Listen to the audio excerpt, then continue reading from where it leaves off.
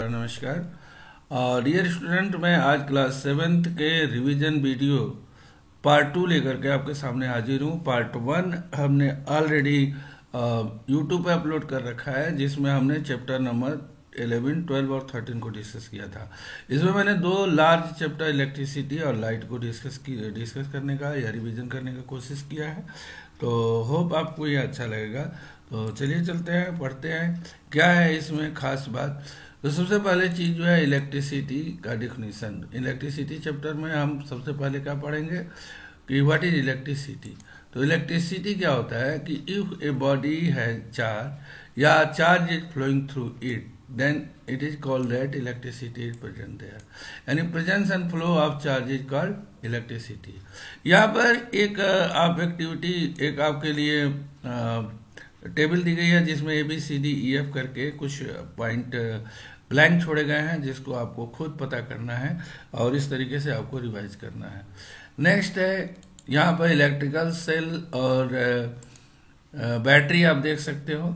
ये दोनों सेल और बैटरी दोनों इंपॉर्टेंट सोर्स ऑफ एनर्जी है, एंड दोनों में क्या होता है, chemical energy is converted into electrical energy. Chemical energy is converted into electrical energy. तो दोनों में अंतर क्या है, सेल जहाँ एक यूनिट होती है, वही बहुत सारे सेल जब एक साथ मिल जाते हैं तो बैटरी बन जाती है। ऐसे बहुत सारे सेल जो है, और ये आपको बताया जा चुका है कि बैटरी में सेल का जो प्लस एंड है वो माइनस एंड से, इसका प्लस इसके माइनस एंड से जुड़ता है।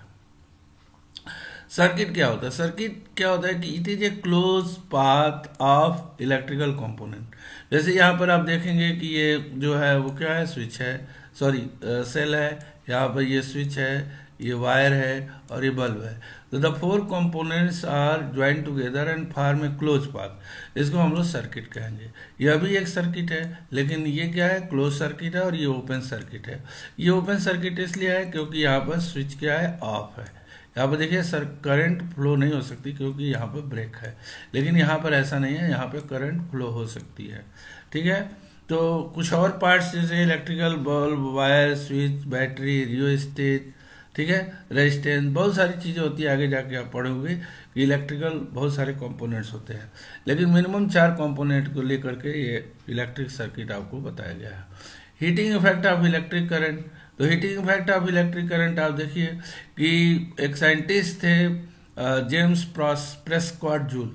उन्होंने ये बताया कि whenever current is flowing through a wire, यानी जब किसी वायर से होकर के करंट फ्लो होती है तो उसमें से हीट प्रोड्यूस होती है। तो इसी को कहा गया heating effect of electric current. अब heating effect of electric current आप कहाँ एहसास कर सकते हो, कहाँ इसका एग्जांपल क्या होगा, तो electric heater works on the principle of heating effect of electric current.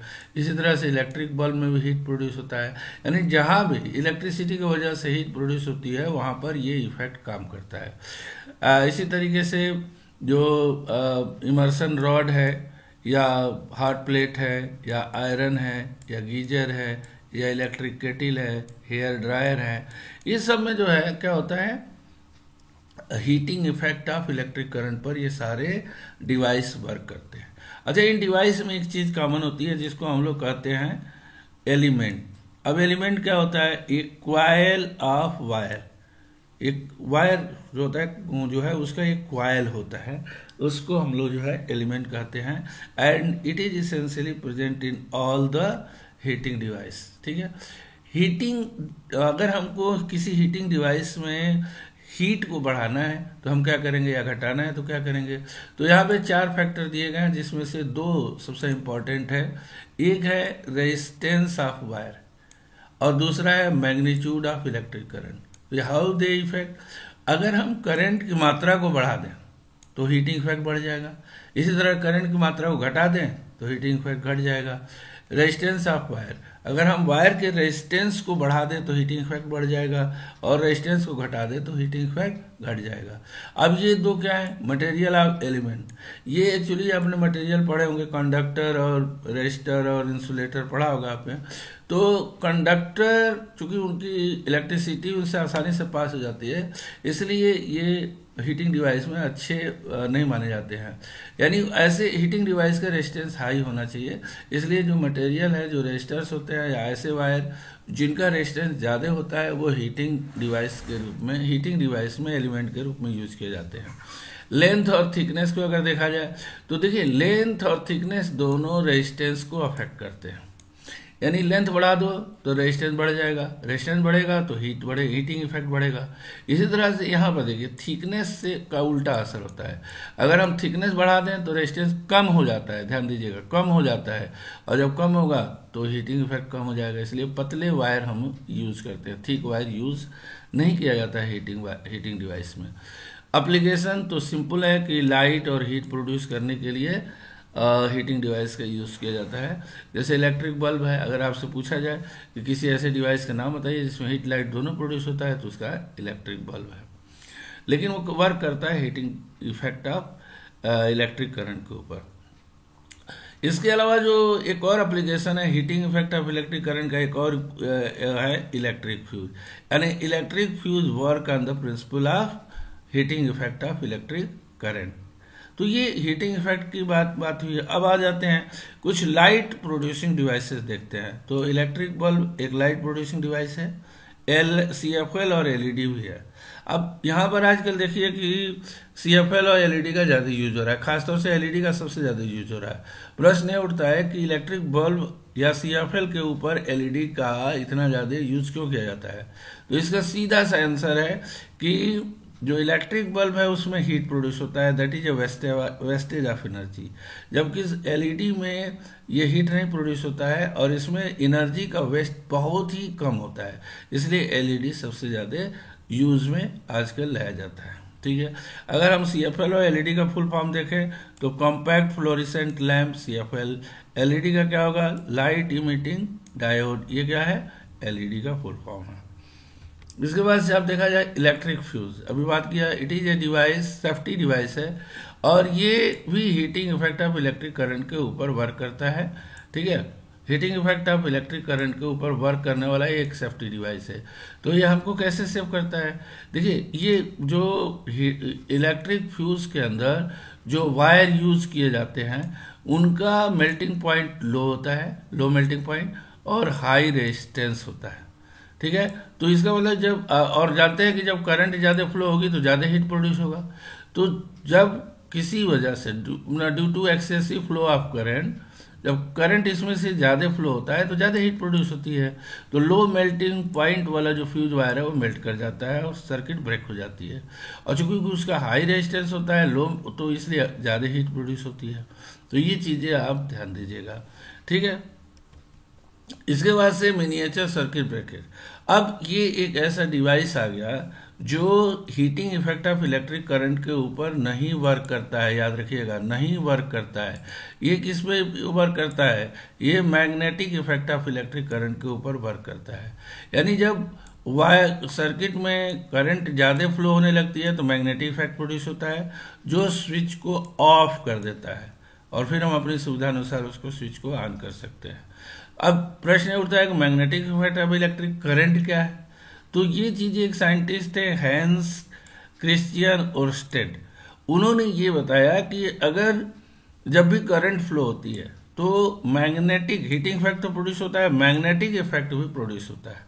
तो इसको कहा गया magnetic effect of electric current. अब इसमें अगर हम मैग्नेटिक फील्ड की मात्रा को घटाना बढ़ाना चाहें तो दो फैक्टर हमारे पास है, एक है इलेक्ट्रिक करंट और दूसरा है लेंथ ऑफ कंडक्टर। यानी अगर इलेक्ट्रिक करंट की मात्रा को हम बढ़ा दें तो मैग्नेटिक इफेक्ट बढ़ जाएगा, लेंथ ऑफ कंडक्टर यानी कंडक्टर की लेंथ को बढ़ा दें तो भी मैग्नेटिक इफेक्ट बढ़ जाएगा। ठीक है, और इसी आधार पर magnetic effect of electric current के आधार पर इलेक्ट्रोमैग्नेट्स बनाए गए हैं। इलेक्ट्रोमैग्नेट जो है वो magnetic effect of electric current के ऊपर वर्क करते हैं। और इनके अगर कंपोनेंट देखे जाए तो एक आयरन कोर होता है, जैसे कि आप देख सकते हो कि एक यहाँ पर ये आयरन कोर होगा, और आयरन कोर के चारों तरफ इंसुलेटेड कॉपर वायर ऐसे रैप्ड होंगे। ठीक है ना, तो जब इसमें से करंट फ्लो होगी तो ये मैग्नेटिक इफेक्ट के असर से ये जो आयरन कोर है वो मैग्नेटाइज हो जाएगा और ये मैग्नेट की तरह बिहेव करेगा। अब इसके अंदर अगर हमको मैग्नेटिक फील्ड बढ़ाना है या घटाना है तो हम करंट के अमाउंट को कंट्रोल कर सकते हैं, और जो आयरन कोर है उसके चारों तरफ जो हम क्वाइलिंग करते हैं वायर की, उसके नंबर बढ़ा दे तो मैग्नेटिक इफेक्ट बढ़ जाएगा। तो ये इसका यूज क्या है? देखिए, मैग्नेट, परमानेंट जो मैग्नेट्स होते हैं वो हमेशा मैग्नेटिक प्रॉपर्टी को रिटेन करते हैं, इसलिए उनका यूज ज़्यादा जस्टिफाइड नहीं होता है। लेकिन इलेक्ट्रोमैग्नेट जब हम चाहें तभी मैग्नेटिक प्रॉपर्टी डेवलप कर सकते हैं और ख़त्म भी कर सकते हैं, इसलिए इसका यूज जो है कहाँ कहाँ होता है? इलेक्ट्रिक बेल में होता है, इलेक्ट्रिक फैन में होता है, इलेक्ट्रिक मोटर में होता है, ये मैग्नेट के यूज है।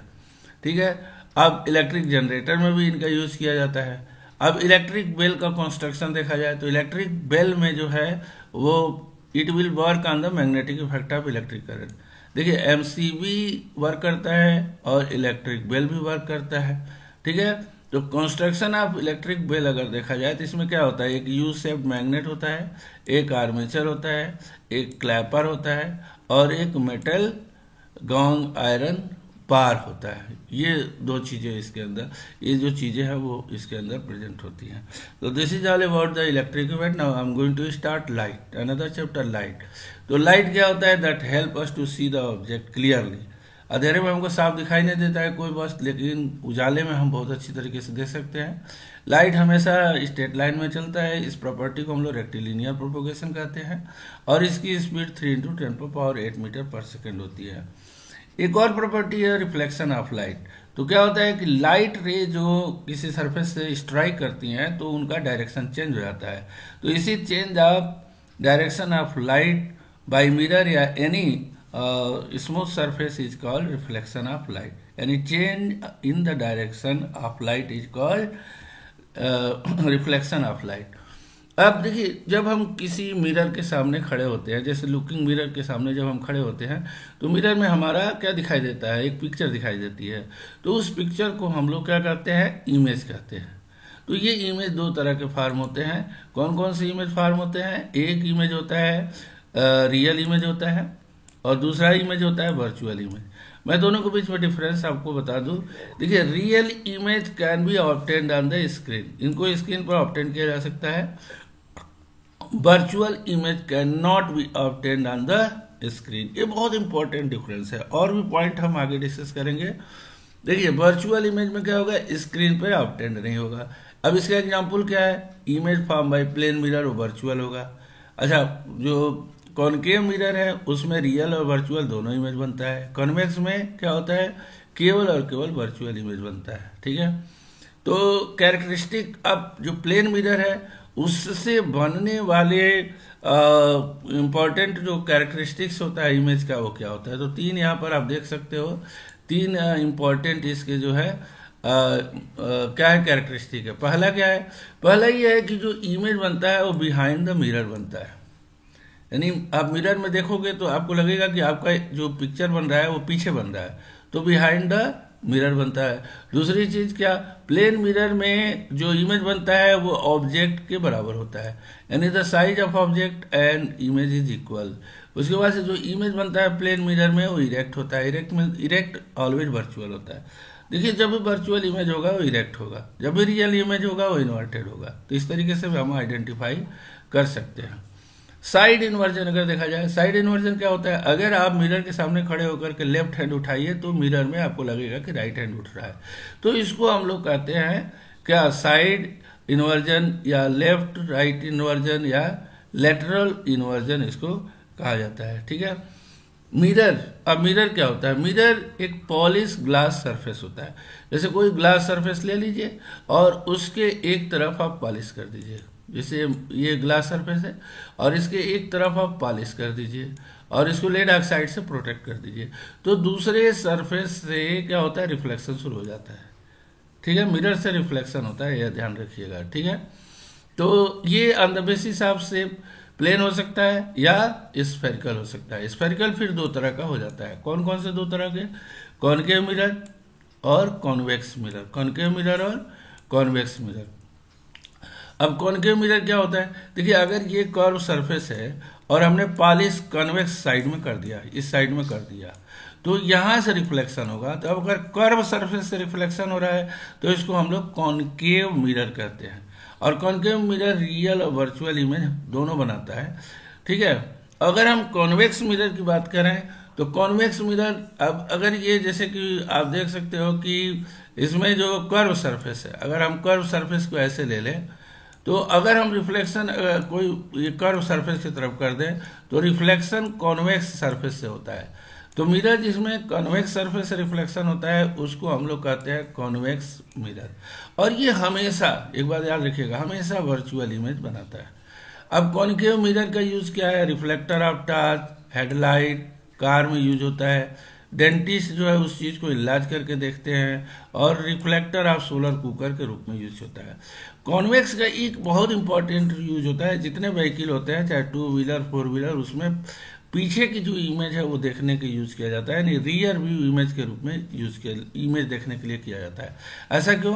क्योंकि ये ब्रॉड एरिया का इमेज जो है वो मिरर में दिखा देता है, जो कि कॉनकेव में ऐसा नहीं हो पाता है। तो convex sense cover a large area and show the picture, so it is use for rear view image.